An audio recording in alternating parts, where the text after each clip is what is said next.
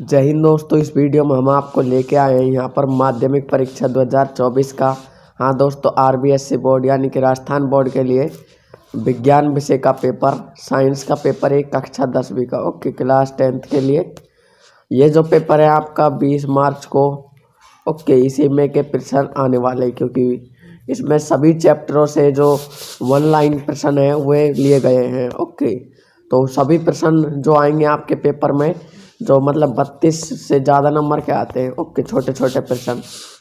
तो आपको क्या करना है दोस्तों, वीडियो को लाइक करके चैनल को सब्सक्राइब कर देना है। टाइम आपके 3.25 घंटे, 80 नंबर पूर्णांक। ओके, तो चलिए, यहाँ पर ये आपके कोड दे रखे हैं। यहाँ पर ये सब्जेक्ट कोड है और यह आपका QR कोड है। ओके, तो इनको तो आप पढ़ लेना, निर्देश है। उसके बाद देखिए, हम चलिए प्रश्नों की ओर चलते हैं। तो वीडियो की क्वालिटी हाई कर ले ताकि दोस्तों आपके पास ये प्रश्न साफ दिखे। पहला प्रश्न, जब O2 की उपस्थिति में मैग्नीशियम रिबन को जलाया जाता है तो मैग्नीशियम में होने वाला परिवर्तन क्या है दोस्तों? ऑक्सीकरण। ये इसका करेक्ट आंसर हो जाएगा। और PbSO4 और PbS में परिवर्तन होना है तो इसमें देखिए यहाँ पर अपचयन होगा। और देखिए यहाँ पर आपको अभिक्रिया दे दी है। इस अभिक्रिया में आपको बताना है कि इस अभिक्रिया में के संबंध में असत्य कथन है। तो यहाँ पर जो शीशा है यानी कि Pb है वह क्या है? अपचयित हो रही है। ये गलत बात है। ओके, उसके बाद देखिए अगला नेक्स्ट प्रश्न आपके सामने। श्वसन एक क्रिया है तो श्वसन एक दोस्तों ऊष्माक्षेपी क्रिया है। ओके, इसमें ऊष्मा का उत्सर्जन होता है। उसके बाद देखिए निम्नलिखित में से ऊष्मा शोषी अभिक्रिया कौन सी है? तो देखिए इसमें B option night N2 + O2 बराबर में 2NO। ओके, फिर बाद देखिए फेरस सल्फेट को गर्म करने पर अपघटित वियोजन अभिक्रिया है। ओके, तो इसमें राइट उत्तर हो जाएगा ऊष्मीय वियोजन। ओके, ये इसका करेक्ट आंसर हो जाएगा। उसके बाद देखिए आपका नेक्स्ट प्रश्न आपके सामने। देखिए ये रहा, अम्ल व क्षार की अभिक्रिया लवण से कराने पर मुक्त ऊष्मा होती है। यह किस प्रकार की अभिक्रिया है? तो यहाँ पर देखिए ये उदासीनीकरण अभिक्रिया है, यह आपको ध्यान रखना है। उसके बाद देखिए सोडियम + ऑक्सीजन N2O उपयुक्त अभिक्रिया है। तो उपयुक्त अभिक्रिया उपचयन अभिक्रिया है, जिसको ऑक्सीडेशन बोलते हैं। ओके, ऑक्सीडेशन ये अभिक्रिया है। तो चलिए दोस्तों नेक्स्ट प्रश्न पे चलते हैं। यहाँ पर आपके पहले चैप्टर के जो प्रश्न थे वो हो गए थे। अब दूसरे चैप्टर है जो यहाँ पर मोस्ट इम्पोर्टेंट है। जिप्सम को कितने ताप पर गर्म करने पर प्लास्टर ऑफ पेरिस बनता है? तो यहाँ पर A option correct answer 373। Okay, 373 kelvin पर। इस ताप पर क्या है? जिप्सम को गर्म करने पर प्लास्टर ऑफ पेरिस बनता है। उसके बाद देखिए आश्वित जल का pH मान होता है तो 7 होता है। तो दोस्तों आपने अभी तक भी वीडियो को लाइक करके चैनल को सब्सक्राइब नहीं किया तो चैनल को सब्सक्राइब कर देना। और अगर आप दोस्तों इसके PDF चाहते हो तो PDF हम आपको बता देंगे, टेलीग्राम पर मिल जाएगी।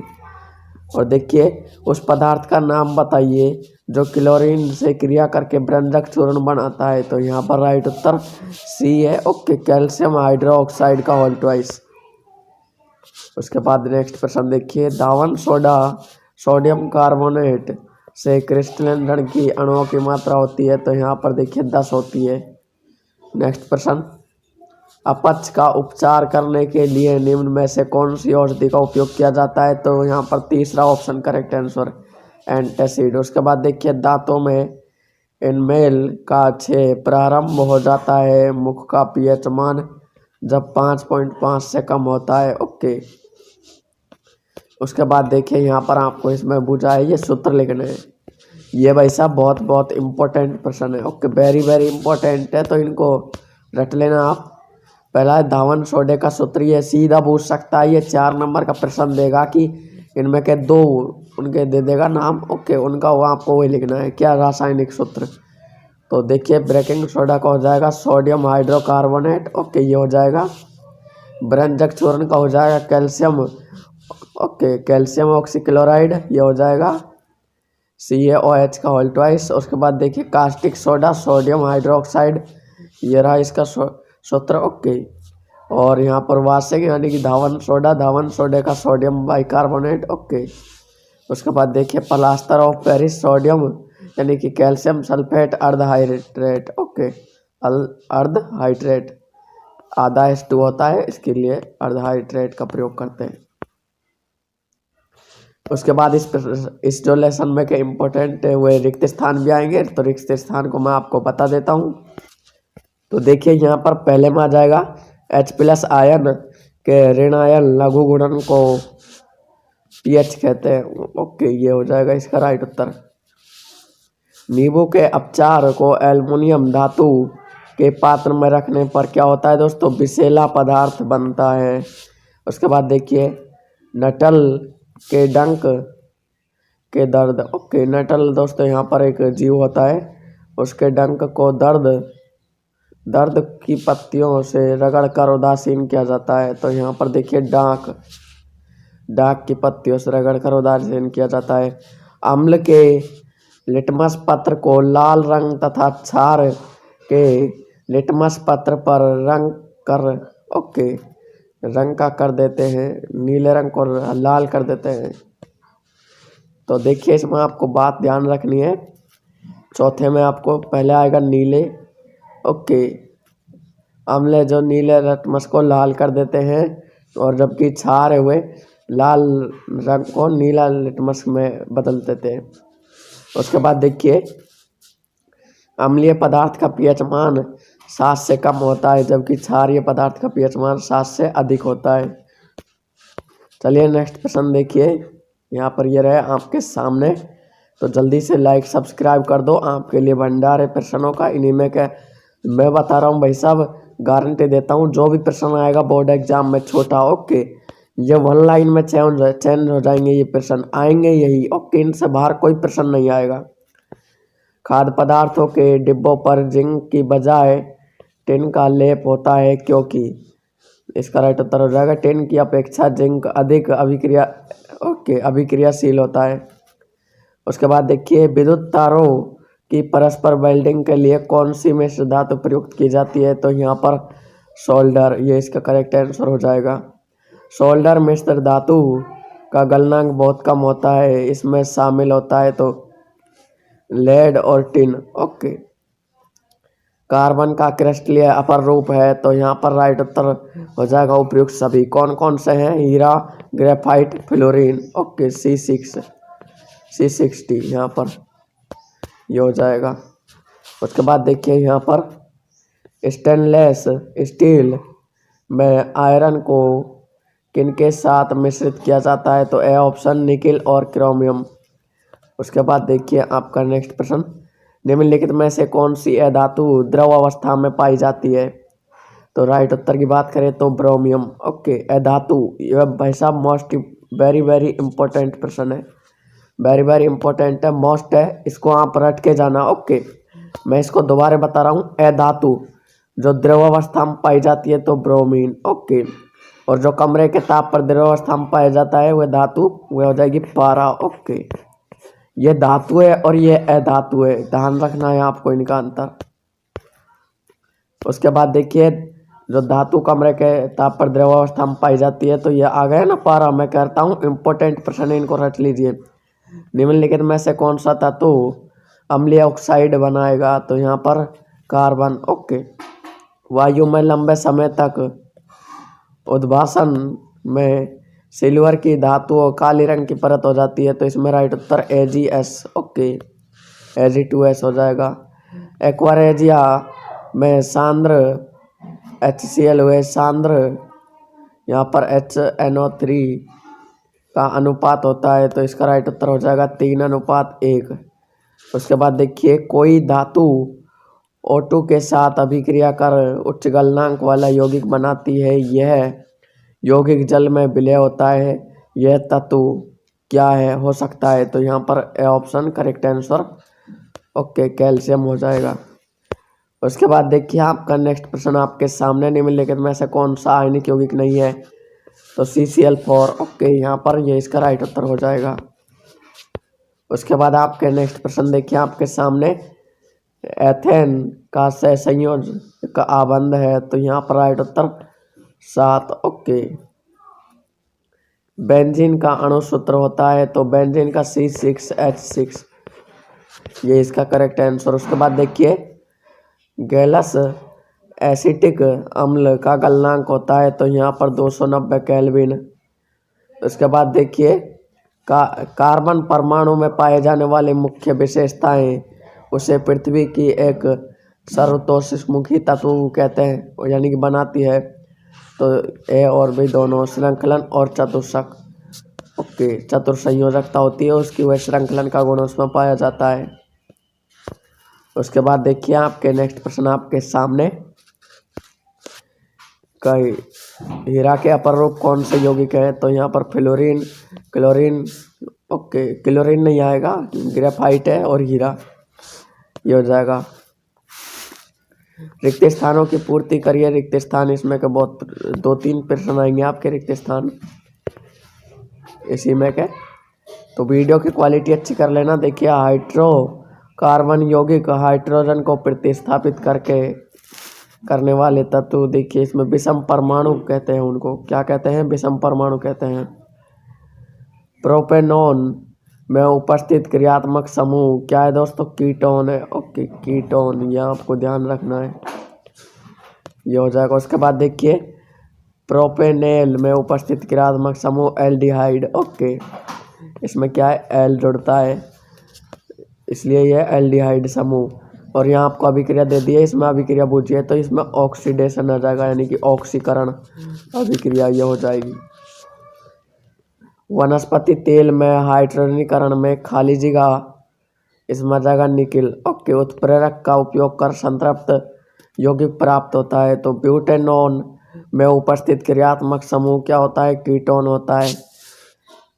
उसके बाद देखिए एल्केन का सामान्य सूत्र, एल्केन का सामान्य सूत्र होता है CnH2n+2, और एल्कीन में क्या हो जाएगा, ये इसका सूत्र हो जाएगा। और यहाँ पर एल्काइन में क्या हो जाएगा, -2 हो जाएगा। इस प्रकार इनके यहाँ पर ये तीनों प्रश्न कंप्लीट हो जाएंगे। फिर उसके बाद देखिए ब्यूटेनोइक अम्ल में उपस्थित क्रियात्मक समूह, यहाँ पर रिक्त स्थान आता, कोई दिक्कत नहीं है, इसका राइट उत्तर हो जाएगा कार्बोक्सिलिक। चलिए नेक्स्ट चैप्टर के प्रश्नों की ओर चलते हैं। तो नेक्स्ट प्रश्न आपके सामने देखिए, बोमेन संपुट निम्नलिखित में से किस तंत्र पर होता है। ओके, तो ए ऑप्शन उत्सर्जन। और जठर रस का कौन सा अम्ल पाया जाता है जठर रस में, तो ए ऑप्शन HCl। यहाँ पर देखिए मानव में भोजन को काटने व चीरने फाड़ने के लिए उपयुक्त दांत कौन से हैं, कृतन और रदनक। ओके, कृतक और यह रदनक। अगला प्रश्न आपके सामने प्रोटिस्ट ग्रंथि संबंध है, तो यहाँ पर ए ऑप्शन नर जनन तंत्र। हीमोग्लोबिन रुधिर में पाया जाता है, तो यहाँ पर देखिए लाल रक्त कणिकाओं में। ओके, और देखिए श्वसन में ग्लूकोज पायरुवेट में विखंडित हो जाता है, तो ए ऑप्शन कोशिका द्रव्य में।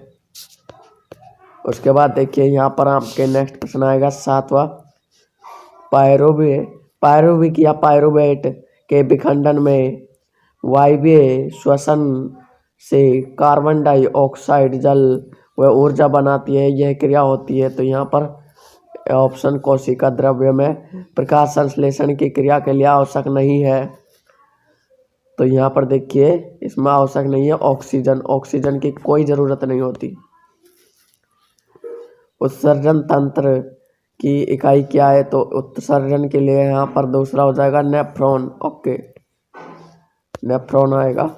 मानव में श्वसन तंत्र की क्रियात्मक इकाई कौन सी है, तो श्वसन तंत्र में कूपिकाएं। ओके, ये हो जाएगा। उसके बाद देखिए आपका नेक्स्ट प्रश्न, पत्तियों में हरा रंग किस वर्णक के कारण होता है, तो यहाँ पर देखिए क्लोरोफिल के कारण। उसके बाद आपका नेक्स्ट प्रश्न, मानव वयस्क का रक्तदाब होता है, तो यहाँ पर 80 से 1 mmHg होता है। ओके, उसके बाद देखिए आपका नेक्स्ट प्रश्न आपके सामने, नेक्स्ट प्रश्न आपके सामने है, दो तंत्रिका कोशिकाओं के मध्य योजक स्थान को कहते हैं, तो यहाँ पर सिनेप्स कहते हैं। ओके, तंत्रिका कोशिका का चित्र आपको आना चाहिए। हम आपको बता देते हैं तंत्रिका कोशिका किस प्रकार बनाई जाती है। इस प्रकार आपको बनानी है। ओके, यहाँ पर क्या है, उसमें सिनेप्स पाए जाते हैं। यहाँ पर होते हैं ये सिनेप्स, केंद्रक हो जाएंगे यहाँ पर। यहाँ आपको ऐसे बना देने, इस प्रकार आपका ये चित्र हो जाएगा। और लास्ट भी दोस्तों, यहाँ पर लास्ट में तो मैं आपको चित्र भी दिखाऊंगा जो ये आपकी बुक से इम्पोर्टेंट चित्र है उन सभी को। शरीर की अनैच्छिक क्रियाओं का नियंत्रण खाली जगह यहाँ पर करता है, तो क्या करता है? तीसरा ऑप्शन राइट उत्तर, मेडुला ओके ओल्बेला-गेटा ओके ओबेला-गेटा, ये इसका करेक्ट आंसर हो जाएगा। इसको क्या बोलते हैं दोस्तों? मध्यांश भी बोलते हैं इसको। तंत्रिका कोशिका का वह भाग जो सूचनाओं को उत्सर्जित करता है, तो यहाँ पर ए ऑप्शन दुर्मिका। और यहाँ पर अगला देखिए, शरीर में स्थित वह संतुलन के लिए उत्तरदायी है, तो अनुमस्तिष्क ओके, ये संतुलन के लिए उत्तरदायी है।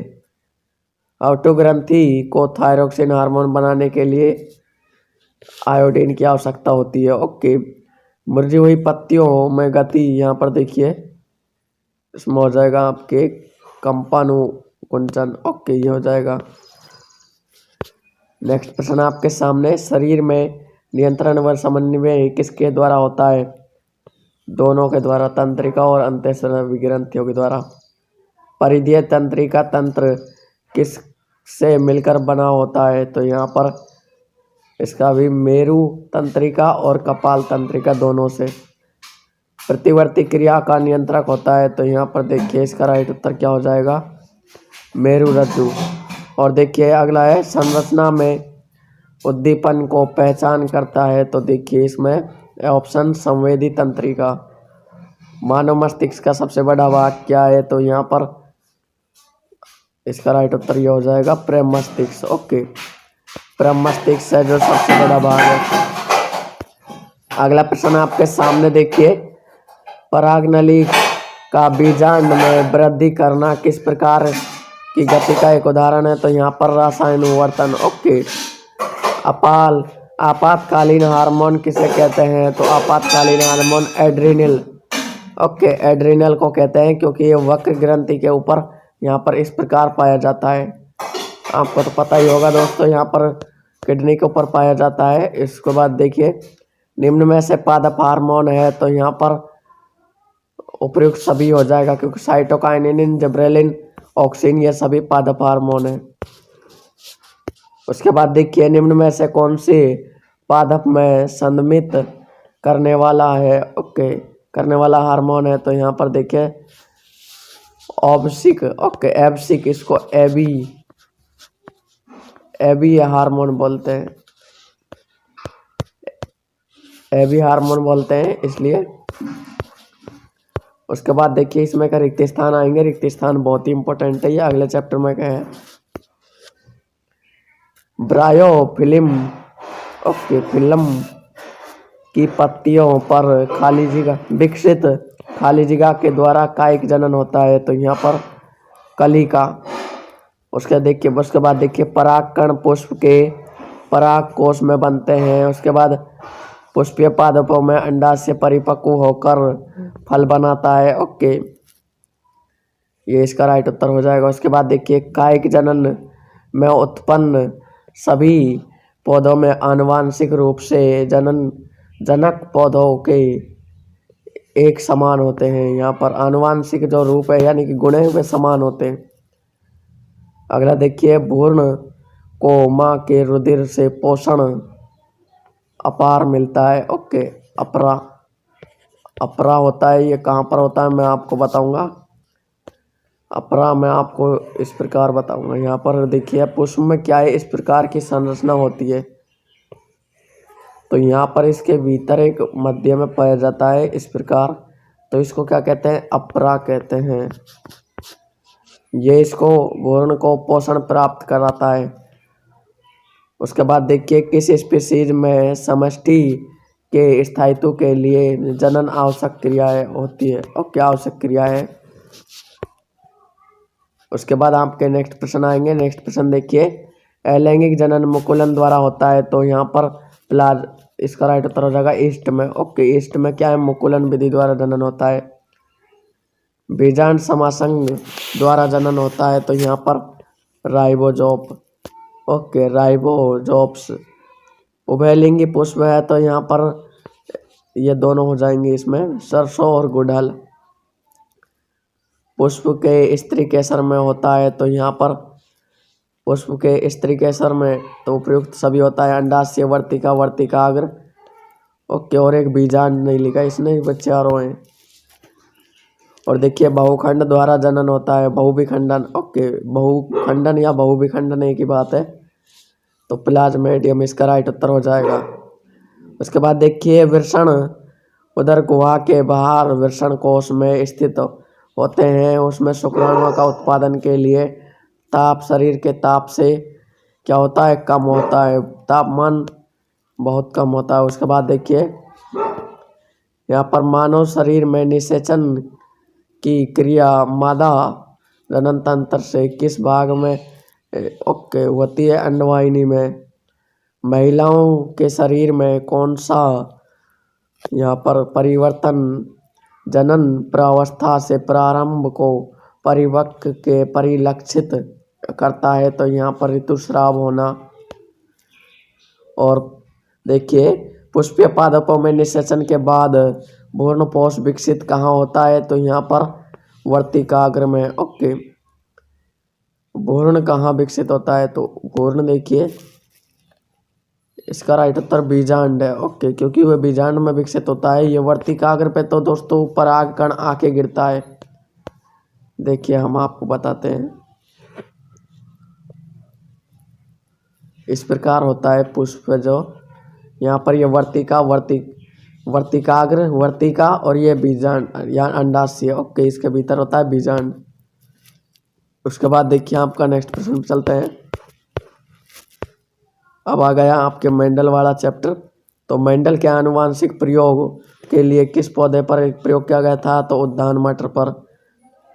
किसी जीव के एक विपर्यासी लक्षणों में दोनों जीन एक साथ होने पर इसे कहते हैं, तो विषम युग्मी जी। ओके, और संकरण टी से प्राप्त संतति का अनुपात होता है, तो यहाँ पर 1/1।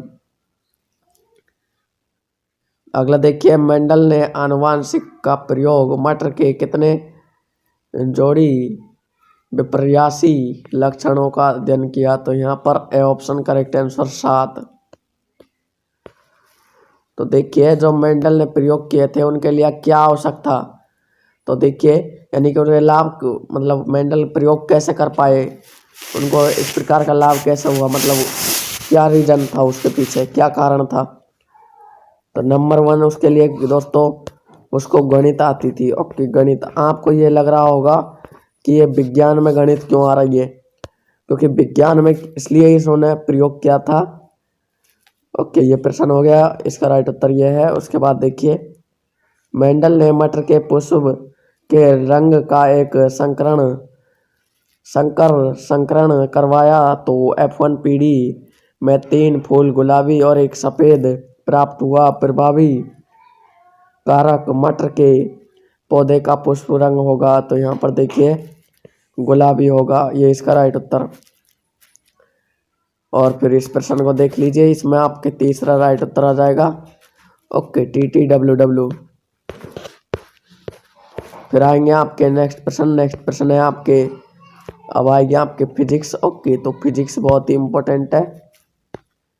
तो देखिए आपके सामने प्रकाश का वेग सर्वाधिक होता है, तो यहाँ पर देखिए निर्वात में।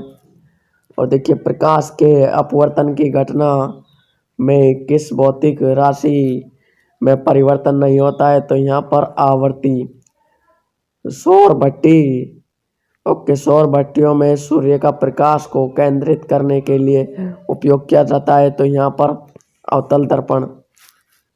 और यहाँ पर आपको अपवर्तनांक दे रखा है, इसमें कांच की प्लेट पर प्रवेश करता है तो कांच की नलिका की चाल कितनी होगी, और निर्वात में प्रकाश का वेग की चाल इतनी है।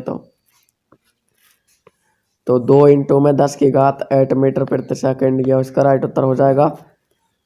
और लेंस की क्षमता फोकस दूरी में संबंध होता है, तो यहाँ पर F बराबर में 1/f, ओके, P बराबर में 1/f। गोलीय दर्पण की वक्रता त्रिज्या फोकस दूरी की होती है, तो यहाँ पर दुगुनी होती है, ओके। उसके बाद देखिए आपका नेक्स्ट प्रश्न, ये रहा आपके सामने। मानव नेत्र में किसी वस्तु के प्रतिबिंब कहाँ बनता है, तो ओके, किसी वस्तु का प्रतिबिंब कहाँ बनता है, दृष्टि पटल पर रेटिना बोलते हैं जिसको। नेत्र की लेंस की फोकस दूरी किसके द्वारा समायोजित की जाती है, तो यहाँ पर पक्षमावी पेशियों के द्वारा। अंतिम पंक्ति में बैठे हुए विद्यार्थियों के लिए श्याम पट पर पढ़ाई में कठिनाई होती है, विद्यार्थियों के लिए किस दृष्टि दोष को से पीड़ित है, तो यहाँ पर राइट उत्तर हो जाएगा निकट दृष्टि दोष। मानव नेत्र में निकटतम बिंदु होता है, तो A option is correct answer, 25 centimetre. उसके बाद देखिए आपका नेक्स्ट प्रश्न, जरा दूर दृष्टि का निवारण करने के लिए, तो यहाँ पर देखिए आपका राइट उत्तर हो जाएगा ड्यू फोकस लेंस। उसके बाद आपका नेक्स्ट प्रश्न है, इसमें मानव नेत्र में पुतली का आकार को नियंत्रित करता है, तो यहाँ पर पारितारिका, ओके, ये इसका राइट उत्तर हो जाएगा। उसके बाद आपके नेक्स्ट प्रश्न आपके सामने, ये रहा, विद्युत परिपथ में धारा का मापन करने के लिए किसको लगाया जाता है, तो यहाँ पर एमीटर को लगाया जाता है। और यदि किसी परिपथ में 1 कूलम आवेश प्रभावित हो रहा है, 1 जूल वह हो रहा है, ओके, कार्य, तो दोनों बिंदुओं के मध्य विभवांतर क्या होगा, तो राइट उत्तर 1 वोल्ट, ओके। ये 1 वोल्ट की परिभाषा भी पूछ सकता है, ओके, 1 वोल्ट की, तो आपको इसको रट के जाना है। किसी विद्युत बल्ब में अनुमतांक इतना इतना है, ओके, तो यहाँ पर 110 वोल्ट से प्रचलित है, तो यहाँ पर देखिए उपयुक्त में शक्ति होगी, तो शक्ति ऑप्शन हो जाएगा 25, आपका राइट उत्तर। उसके बाद देखिए निम्न में से कौन से पद, ओके, विद्युत शक्ति को निरूपित नहीं करता है, तो यहाँ पर यह चौथा हो जाएगा इसका, यानी कि छठा, ओके, छठा नहीं होगा ये दोस्तों, इसमें I/R² ये हो जाएगा इसका। यदि R1 प्रतिरोध इतना है, ओके, श्रेणी क्रम में जुड़े हैं, तो तुल्य प्रतिरोध हो जाएगा, तो प्रत्येक से कम, ओके, यहाँ पर ये इसका वो हो जाएगा। फिर आपके नेक्स्ट प्रश्न आएंगे, नेक्स्ट प्रश्नों को आपको जरूर पढ़ना है। विद्युत धारा में उत्पन्न होने वाली युक्ति, ओके, उत्पन्न करने वाली युक्ति जनरेटर, ओके, जनरेटर हो जाएगा। चुंबकीय क्षेत्र में रखे किसी धारावाही चालक पर लगने वाला बल की दिशा किसकी दिशा दी जाती है, तो यहाँ पर फ्लेमिंग के बाएं हस्त नियम के द्वारा, ओके। विद्युत धारा चुंबकत्व के मध्य संबंध किसने किया था, यहाँ पर आर्स्टेड, ओके, आर्स्टेड इसका राइट उत्तर हो जाएगा। उसके बाद आपके नेक्स्ट प्रश्न आपके सामने देखिए, प्राथमिक उपभोक्ता किस पोषी स्तर का निर्माण करते हैं, तो यहाँ पर देखिए बी ऑप्शन करेक्ट आंसर देखिए। हरे पौधे नील हरित सवाल में कुछ जीवाणु जिसमें से प्रकाश संश्लेषण द्वारा स्वयंपोषी क्षमता होती है, तो ए ऑप्शन उत्पादक। प्रकाश संश्लेषण की क्रिया हरे पौधों के लिए प्राप्त, यहाँ पर देखिए आपको क्या बुझा, इसमें क्या 1% है, 1% इसका राइट उत्तर। तो पहले आप लाइक कर दीजिए, जितने भी बंदे देख रहे हैं लाइक सब्सक्राइब करना, क्योंकि मैंने सभी के उत्तर बताए हैं इसमें। प्रत्येक पोषी स्तर के लिए उपलब्ध कार्बनिक पदार्थों की मात्रा औसतन कितने प्रतिशत उपभोक्ताओं को अलग पोषी स्तर तक पहुंचाती है, तो 10%, ओके। उसके बाद देखिए ओजोन परत में 6 के लिए उत्तरदायी है, तो यहाँ पर क्लोरोफ्लोरोकार्बन, ओके, CFC। इसकी फुल फॉर्म पूछ सकता है ये आपके पेपर में, तो क्लोरोफ्लोरोकार्बन हो जाएगी। उसके बाद देखिए यहाँ पर ये आपके जो तंत्र के नाम है, आपके जो भी तंत्र आए हैं आपके चैप्टर में। फिर ये है दोस्तों आपके इम्पोर्टेंट चित्र, इन चित्रों को आपको रट के जाना है। तो इस चित्र में देखिए ये मानव मस्तिष्क का चित्र है, ये प्रमस्तिष्क है, ओके। यहाँ पर अनुमस्तिष्क होता है, ओके। उसके बाद देखिए ये आपका अग्र मस्तिष्क है, ये कपाल है। यहाँ पर ये मध्य मस्तिष्क, यहाँ पर क्या होता है, हाइपोथैलेमस होता है, पीयूष ग्रंथि होती है हाइपोथैलेमस के मध्य। और पश्च मस्तिष्क, इनको पोन्स मेडुला, और यहाँ पर दोस्तों अनुमस्तिष्क को मिलाकर क्या बनता है, पश्च मस्तिष्क बनता है। उसके बाद देखिए उत्सर्जन की क्रिया विधि, यहाँ पर यहाँ आपको नेफ्रॉन की यानी कि वृषणाणु की रचना आपको आनी चाहिए। तो ये चित्र थोड़ा सा ऐसा ही है, आप इसको देख लेना, आप इनकी प्रैक्टिस कर लें। उसके बाद देखिए यहाँ पर महाधमनी, यहाँ पर यह आपके हृदय का अनुप्रस्थ काट है, तो इसको आपको याद कर लेना है, ओके। उसके बाद देखिए यहाँ पर यह शरीर के ऊपरी और यहाँ पर फुसफुसिया सिरा, धमनी, महाशिरा, दायां लिंदर, शरीर के निचले, ओके। उसके बाद देखिए आपका नेक्स्ट प्रश्न है, यहाँ पर ये रहा तंत्रिका कोशिका, ये तंत्रिका कोशिका का चित्र है। यहाँ पर क्या है, ये पेशी है, ओके। तो आपको इनको रट लेना है। तो उसके बाद देखिए यहाँ पर आपके ये चित्र हो जाएंगे, तो इसमें दुर्माक्ष आ जाएगा, ये केंद्रक है इसमें। और यहाँ पर ये कोशिका काय है, जिसको आप मैट्रिक्स बोल सकते हो, ये तंत्रिका कक्ष है, ओके। तंत्रिका कक्ष, यहाँ पर यह अंतिम सिरा, और यहीं पर क्या होता है, सिनेप्स। इसको आप पेपर में लिख के आना, सिनेप्स आपको फुल नंबर देगा मास्टर। देखिए उसके बाद यह है आपके क्रियाविधि, ओके, मानव उत्सर्जन तंत्र के लिए। तो यहाँ पर ये आपका बायां वक्र, दायां वक्र, ये सिरा, ओके, वक्र सिरा। उसके बाद एड्रेनल ग्रंथि है यहाँ पर ये, ओके, एड्रेनल ग्रंथि मैं आपको बता रहा था ना। उसके बाद देखिए महाधमनी, ओके, महाशिरा भी यही है, ये रहा, और एक साइड ये मूत्रवाहिनी हो जाएगी, ये मूत्राशय हो जाएगा, ये आपका मूत्र मार्ग हो जाएगा, ओके। उसके बाद देखिए यहाँ पर आपकी आँख का चित्र पूछ सकता है पेपर में, तो आपको बना के ध्यान रखना है इसको। दृष्टिपटल यहाँ पर है, यह नेत्रोद है, यहाँ पर श्वेत मंडल है, यहाँ पर पुतली है, यहाँ पर परितारिका है, ओके। यहाँ पक्षमावी पेशियाँ हैं, यहाँ दिक्क तंत्रिका है। और देखिए यहाँ पर ये पहले चैप्टर से संबंधित जो अभिक्रियाएं हैं, इनको आपको रट लेना है। इन सभी के उत्तर हम यहाँ पर आपको दिखा रहे हैं। देखिए पहले आप इनको देख लीजिए, ओके, अभिक्रियाओं को देख लीजिए। आप चाहो तो इनको नोट करके जब कर सकते हो, ओके, नोट कर लीजिए, इसका स्क्रीनशॉट ले लीजिए एक बार। फिर उसके बाद आप इनके उत्तर को स्क्रीनशॉट ले लीजिए, ये क्या है, इनके आंसर है, ओके। तो आपको दोस्तों ये वीडियो अच्छी लगी हो तो वीडियो को लाइक कर देना और चैनल को सब्सक्राइब कर देना, ओके। तो मैं मिलता हूँ दोस्तों आपको नेक्स्ट वीडियो में। जय हिंद और जय भारत।